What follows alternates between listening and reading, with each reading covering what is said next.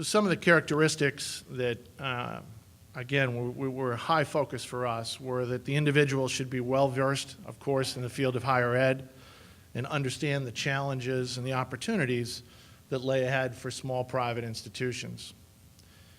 This person must also offer leadership in the university's fundraising activities. The next president should communicate well, maintain a high level of visibility within the community, both on and off campus. And finally, they should continue to strengthen the Catholic and the Vincentian tradition of Niagara University. So again, with all the great advice, and particularly Father Carroll, we were extremely diligent in identifying potential candidates who embodied all the qualities that I just mentioned. And I think the board spent an awful lot of time trying to put the candidate against the criteria. The board committee met with this individual many times. A group of administrators met. A special group representing the faculty and the staff got to meet. It was very clear through this process that one of those candidates rose well above all the rest. And it's my great pleasure to introduce Father James J. Maher, CM, our next president.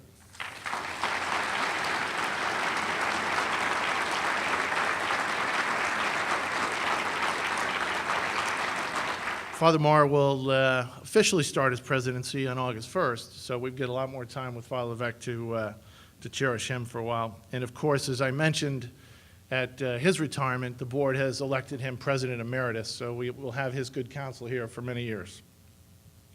So let me tell you a little bit about Father Maher. Father Maher comes to us from St. John's, where he served in a number of prominent leadership roles.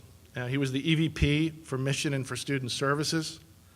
He was the Executive Director of the Vincentian Institute for Student Action.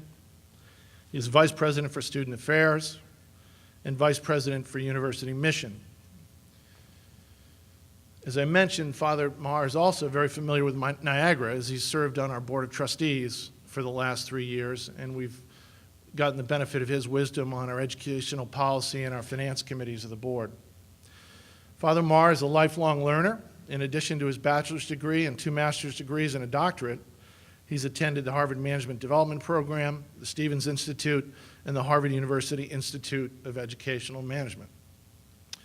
He's presented at numerous conferences and has published works on civic engagement, Catholic education, and corporate responsibility. Father Maher is a strong man of the church. He was ordained to the priesthood in May of 1990 at the Mary Immaculate Seminary in Northampton, Pennsylvania. He currently serves as an appointed provincial counselor to the Eastern Province of the Vincentian community.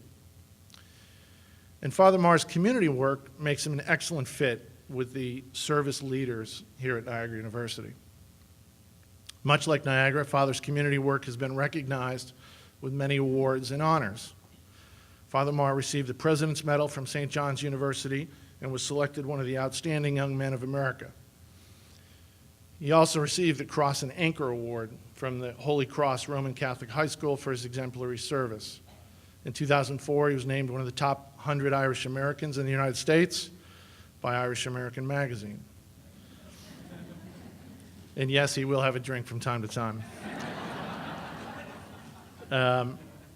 In 2009, Father Maher received the Pietis Medal from St. John's for his commitment, service, and dedication to the university.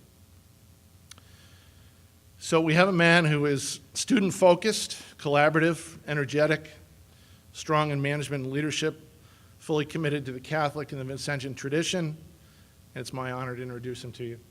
Father Maher.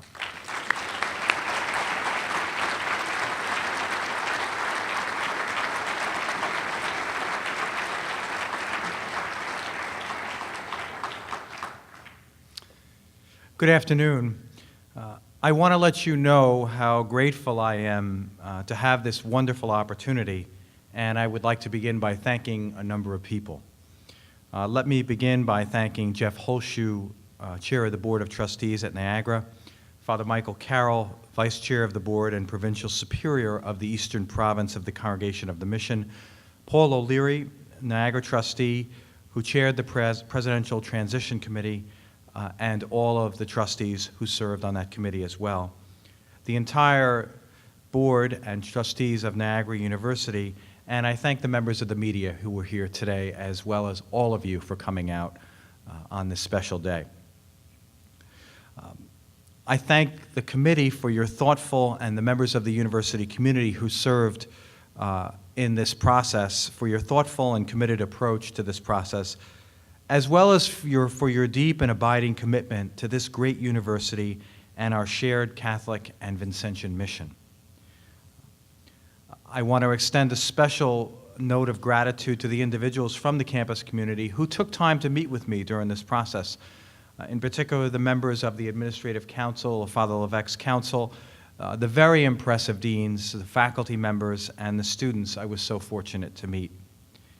It's great to be here today. I've been well prepared by my 22 years of administrative service at St. John's University, and I am deeply humbled at this opportunity, not just because of the role I've been asked to assume, but because of where this role takes me, this great institution, Niagara University. I have known Niagara for almost 40 years. My first memories of Niagara came as a little boy, along with my father, John Maher, my brother, Father John Maher.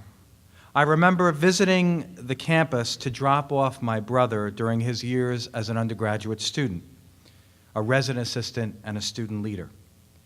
And later, as a senior administrator, my brother John, and priest of the Congregation of the Mission, who left an incredible legacy of faith-filled service, which is alive today. In 1984 and 1985, I was part of the Vincentian Service Corps. During that time, I lived on the then Niagara's Auxiliary DeVoe campus, working with Niagara University students and with people living in poverty in the city of Niagara Falls. This is a special place, Niagara University. It is where I actively discerned my vocation to the priesthood with a then young Vincentian priest, Father Greg Gay, who is also now our Superior General of the congregation. So it is with great conviction and enthusiasm that I tell you Niagara University is a very special place for me, and I am deeply grateful and humbled at this wonderful opportunity. For the past 3 years, I've been proud to serve as a member of Niagara's Board of Trustees. It's been a great experience to work closely with Father Levesque and the board, as well as to bear witness to the very talented, committed senior team, the deans, the faculty, the administrators, and the students of this university, as well as the staff. I'd like to take a moment to acknowledge the great contribution of our president, my confrere, Father Joseph Levesque. Father and I share a common line. When I was ordained to the priesthood in May of 1990, he began his 9 years of service as provincial superior of the Congregation of the Mission. During his service as provincial, he moved our congregation ever more closely and deeply into our mission of serving the poor. As president of Niagara University, Father Levesque has demonstrated a deep love for our campus community and its mission. He is a great gift and treasure to all of us, and we are so grateful.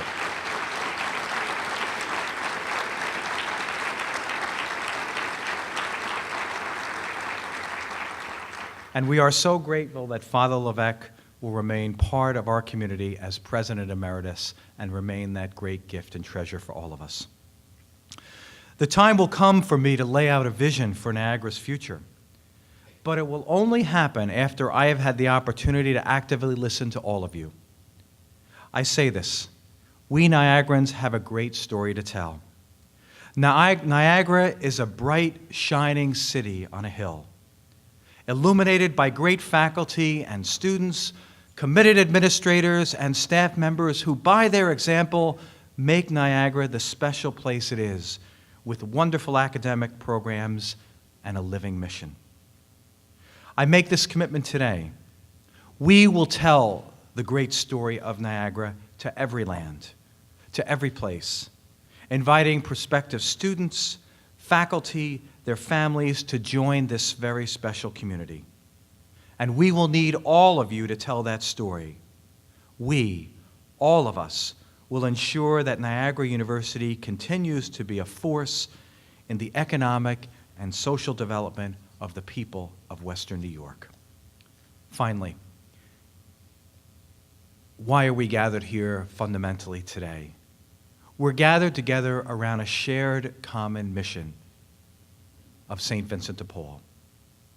And so let us remember our blessed founder, St. Vincent de Paul, who is at the heart of our university community. In his book, Vincent de Paul, Trailblazer, Bernard Pujol writes, "What is remarkable about the secret of St. Vincent's influence? He left us neither a learned treatise nor a body of doctrine, only a little volume of his rule, a brief synthesis of his theological spirituality. He was content to lay out a road, to clear paths, inviting his disciples to continue the charitable works he had begun. He opened the doors of the church, inviting and teaching clergy to work with laity, the first who dared to value the contribution of women. Bending himself to the pattern of Jesus Christ, he taught that true charity does not consist in distributing alms, but of helping the abject regain their dignity and independence. And so I stand before you in humility and gratitude to continue the great work of Niagara University to make that vision of St. Vincent de Paul a reality and a continuing reality for all of us. Thank you, God bless you, and may God bless Niagara University.